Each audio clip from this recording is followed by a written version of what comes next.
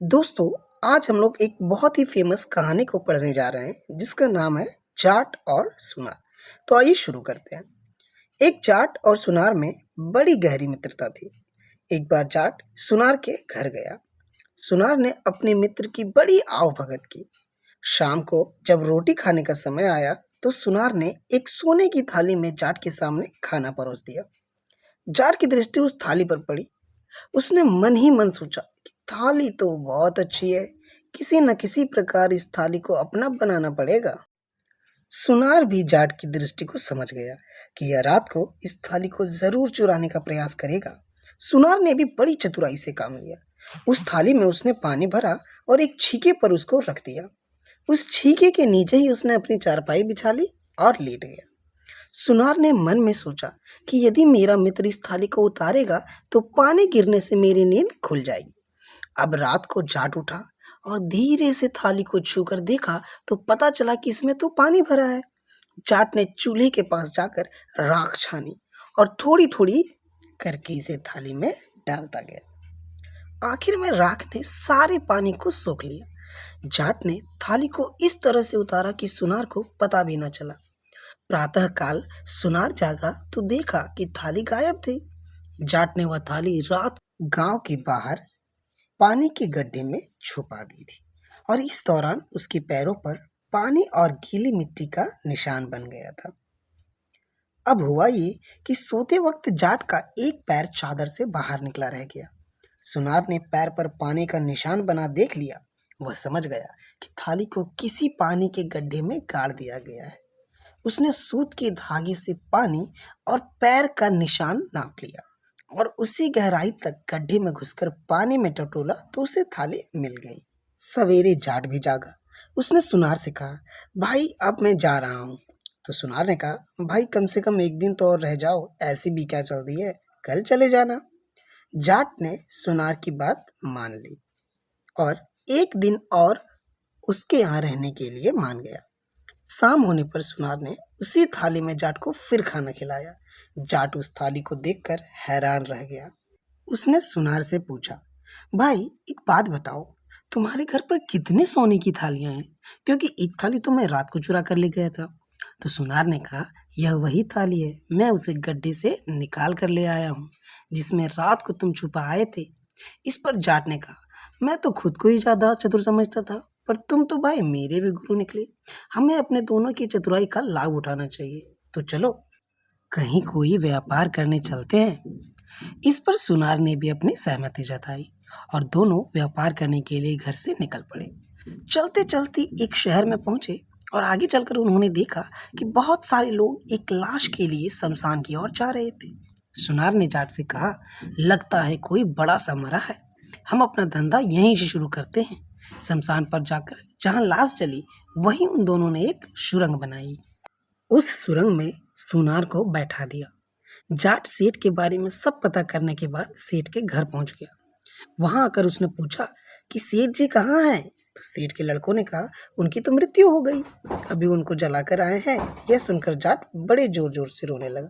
सेठ के लड़कों ने उससे रोने का कारण पूछा तो जाट ने कहा, सेठ के पास मेरे 10,000 रुपए जमा थे, अब मुझे कैसे मिलेंगे?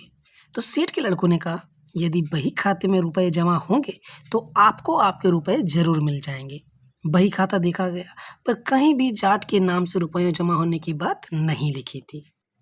तब जाट ने कहा, हो सकता है सेठ जी ने मेरे पैसे बही में न लिखे हों, पर मैंने रुपए तो जरूर जमा कराए थे। आप सब लोग मरघट में मेरे साथ चलो, यदि मेरे रुपए सच्चे हैं तो सेठ जी खुद ही बोल देंगे। सेठ के लड़कों ने जाट की बात मान ली और सब मिलकर शमशान में पहुंचे। सेठ के लड़के जाट को चिता के पास ले गए। चिता के पास खड़ा होकर जाट ने जोर से आवाज दी, अरे ओ सेठ जी, मैंने जो 10,000 रुपए तुम्हारे पास जमा किए थे वो बही खाते में नहीं मिल रहे हैं। अगर मैं सच बोल रहा हूँ तो हाँ बोल दो, नहीं तो ना बोल दो। चिता के पास सुरंग में बैठे सुनार ने आवाज लगाई, बच्चों, इस आदमी के पैसे मेरे पास जमा थे, इसका एक एक पैसा चुका देना, नहीं तो मुझे नरक में जाना पड़ेगा। सेठ के लड़कों ने इसे अपने पिता की आवाज समझा और घर आकर जाट को 10,000 रुपए दे दिए। रुपए पाकर जाट ने सोचा कि सुनार को मरने दो, सब रुपए अपने ही घर ले चलूं। इधर सुनार ने भी सोच लिया कि इतने सारे रुपए लेकर वह मेरे पास तो बिल्कुल भी नहीं आएगा। अब तो कोई और ही उपाय सोच लेना चाहिए। सुनार ने बहुत ही अच्छे और कीमती जूते खरीदे। जूतों को लेकर वह उसी रास्ते पर गया जो जाट के गांव को जाता था। सुनार ने रास्ते में एक जगह पर उस जोड़ी में से केवल एक जूता गिरा दिया और दूसरा जूता आगे चलकर कोई 100-200 गज की दूरी पर गिरा दिया और खुद छिपकर एक जगह बैठ गया। जाट रुपयों की गठरी लेकर आया। उसने रास्ते में पड़ा एक जूता देखा। जूता उसको बहुत पसंद आया, पर एक जूते का वह क्या करता, छोड़कर आगे चला गया। आगे जाकर दूसरा जूता भी उसे रास्ते में पड़ा हुआ मिला। तो जाट ने सोचा, यह जूता तो उसी जूते के साथ का है। यह सोचकर उसने रुपयों की गठरी तो वहीं रख दी और उस पहले जूते को लेने चला गया। इधर वह जूता लेने गया और उधर रुपयों की गठरी को उठाकर सुनार अपने घर आ गया।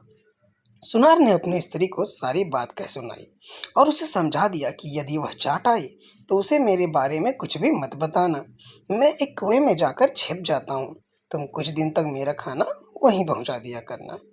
यह कहकर उसने वे रुपए एक बर्तन में रखकर आंगन के बीच में गाड़ दिए और वह एक बिना पानी के कुएं में जाकर छिप गया।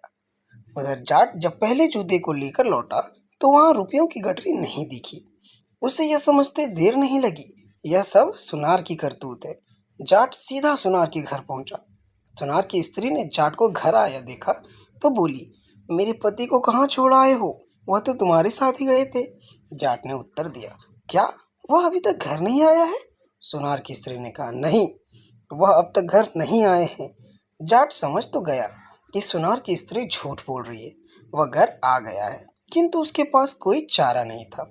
पर उसने यह निश्चय कर लिया कि जब तक कुछ पता नहीं लगेगा वह जाएगा नहीं। सुनार की स्त्री रोज खाना बनाती, सूखे कुएं में खाना देती और दूसरे कुएं से पानी भरकर आ जाती। यह उसका नित्य का काम था। इस प्रकार कई दिन बीत गए। एक दिन जाट चुपचाप सुनार की स्त्री के पीछे पीछे चल दिया और उसने देखा कि कुएं के पास जाकर उसने आवाज दी, लो रोटी। जाट सारी बात समझ गया। दूसरे दिन जाट उस सुनार की स्त्री जैसे कपड़े पहनकर रोटी की पोटली बांधकर उस कुएं के पास पहुंच गया और उसी प्रकार आवाज बनाकर कहा, लो रोटी। फिर उसने कहा, वह जाट तो चलता ही नहीं, मेरे पास कुछ रुपया पैसा रहा नहीं, क्या करूं? सुनार ने भीतर से आवाज कहा, आंगन के बीच में जो रुपयों की हांडी दबी पड़ी है उसी में से निकाल लिया करो। और इस प्रकार जाट ने रुपयों का पता लगा लिया। सुनार की स्त्री रोज की तरह रोटी लेकर गई और आवाज लगाई, लो रोटी। सुनार ने कहा, अभी तो देकर गई थी, फिर ले आई। सुनार ने तुरंत जान लिया कि जाट चालाकी से रुपए ले गया है। वह बोला, अरे भगवान, जल्दी से मुझे कुएं से बाहर निकाल। जाट तेरे जैसे ही कपड़े पहनकर आया था, अब तक तो वो सारे पैसे ले गया होगा। घर आकर उन्होंने देखा कि आंगन खुदा हुआ पड़ा है और सारा धन गायब है। जब सुनकर पत्नी की रोटी लेकर सूखे कुएं की ओर गई थी, तब तक जाट सारा धन लेकर रफू चक्कर हो गया था। तो दोस्तों, आज की वीडियो को यहीं तक रखते हैं, मिलते हैं आपसे नेक्स्ट वीडियो में। Thank you.